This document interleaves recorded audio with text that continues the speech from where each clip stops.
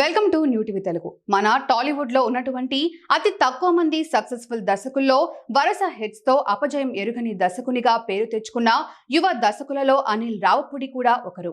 మరి తాను చేసిన అన్ని సినిమాలు ఒకదాన్ని మించి ఒకటి హిట్ అయ్యాయి. ఇక ఈ సినిమా తర్వాత తాను చేసిన లేటెస్ట్ చిత్రమే సంక్రాంతికి వస్తున్నాం. వెంకీ మామ హీరోగా, మీనాక్షి చౌదరి, ఐశ్వర్య రాజేష్ లు హీరోయిన్ గా నటించిన ఈ చిత్రంపై మంచి బజ్ ఇప్పుడు ఉంది.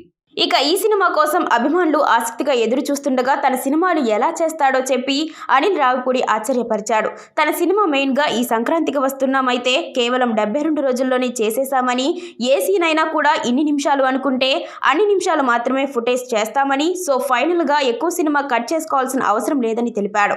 ఇలా సంక్రాంతికి వస్తున్నాంలో కేవలం 5 నిమిషాలు మాత్రమే కట్ చేసి 2 గంటల 22 నిమిషాలతో తీసుకొస్తున్నట్టుగా తెలిపారు. దీనితో తన పర్ఫెక్ట్ ప్లానింగ్ పరంగా సోషల్ మీడియాలో ఆడియన్స్ నుంచి ప్రశంసలు కూడా వస్తున్నాయి. ఇప్పుడు పలు సినిమాలు ఎన్నో గంటలు షూటింగ్ చేసుకొని మళ్ళీ అందులో ఓ గంటన్నర ఫుటేజ్లు డిలీట్ చేసుకునే కంటే ఇలా అనిల్ రావిపూడిలా ఎంతవరకు సినిమా అవసరమో అంతే చేసుకోవడం చాలా బెటర్ అని నెటిజన్స్ అంటున్నారు.